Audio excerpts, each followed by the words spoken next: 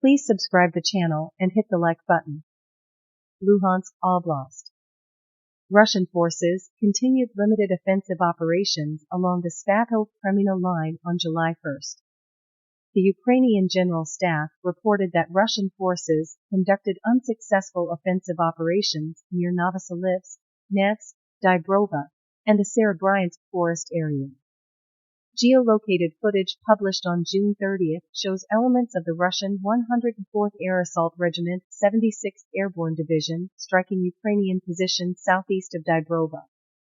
Russian milbloggers claimed that Ukrainian forces unsuccessfully tried to counterattack near Torsky on June 30th, and that Russian Airborne Force SVDV continued assaults in forest areas near Kreminna on July 1st. Donetsk Oblast.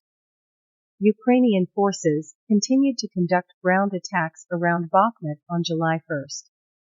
Russian milbloggers claimed that Ukrainian troops advanced from Pervilya along the E40 highway and near Klishchiivka.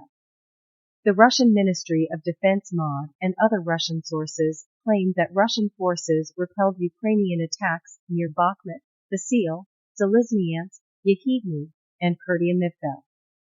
Russian sources claimed on June 30th that Ukrainian forces attacked near Rozdolivka, causing Russian forces to retreat about 150 meters, and near Zaporizhia and Donetsk.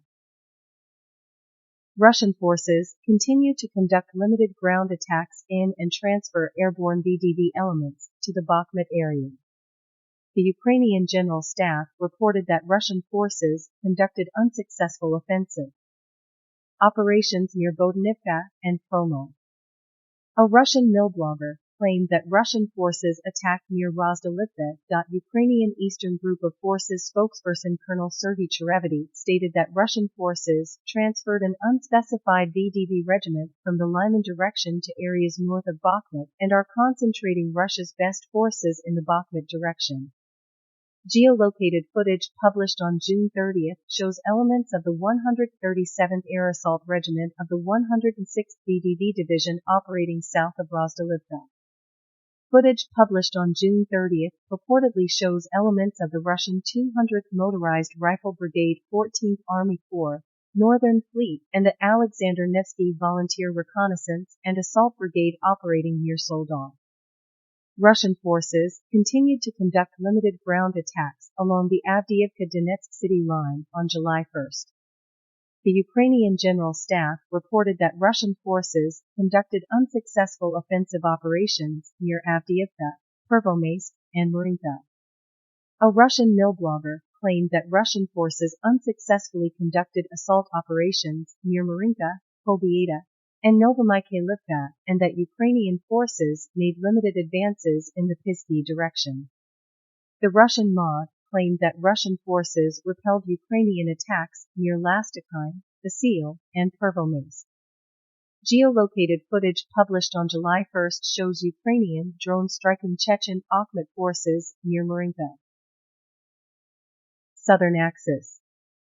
Russian forces continued to counterattack recently liberated Ukrainian positions on the administrative border between Donetsk and Zaporizhia Oblast on July 1st. The Ukrainian General Staff reported that Russian forces unsuccessfully attacked Rivnepil. The Russian Ministry of Defense MOD claimed that the Donetsk People's Republic's Vostok forces repelled 2 Ukrainian attacks in the area of Staromaiorsk, and that Russian forces stopped 2 Ukrainian sabotage and reconnaissance groups in the area of Rozdolivka. Ukrainian Tavriist Defense Forces spokesperson Captain Valery Shershin stated that Ukrainian forces continue consolidating newly liberated lines and are demining territories in the general Tavriist Zaporizhia direction.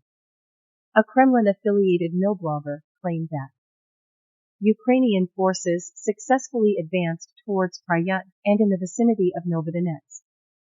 Ukrainian forces continued counteroffensive operations in western Zaporizhia Oblast on July 1st. A Kremlin-affiliated milblogger claimed that Ukrainian forces continued counteroffensive operations in the direction of Robotyne and advanced in an area up to 1.5 kilometers deep and 6 kilometers wide. Another milblogger claimed that Ukrainian forces of up to platoon size attacked in the direction of Robotyne and are still at least 1.5 kilometers north of Robotyne as of July 1, and that Ukrainian forces periodically engage elements of the 810th Naval Infantry Brigade of the Black Sea Fleet in the area. The 810th Naval Infantry Brigade was notably heavily degraded in failed assaults against Volodar in winter-spring 2022-2023. The Russian MOD claimed that Russian forces repelled a Ukrainian sabotage and reconnaissance group near Robotyne. Russian sources claimed that fighting is ongoing north of Robotyne and that Pyatikaki remains a contested gray zone. Russian sources claimed that small Ukrainian assault groups attempted to liberate Pyatikaki, but were unsuccessful due to Russian artillery fire in the area.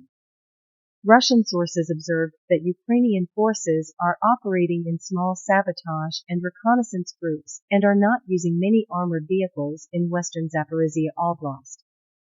Russian sources claimed that Ukrainian forces launched Storm Shadow missile strikes at Berdyansk on July 1. Russian sources claimed that Russian forces shot down both missiles over Berdyansk.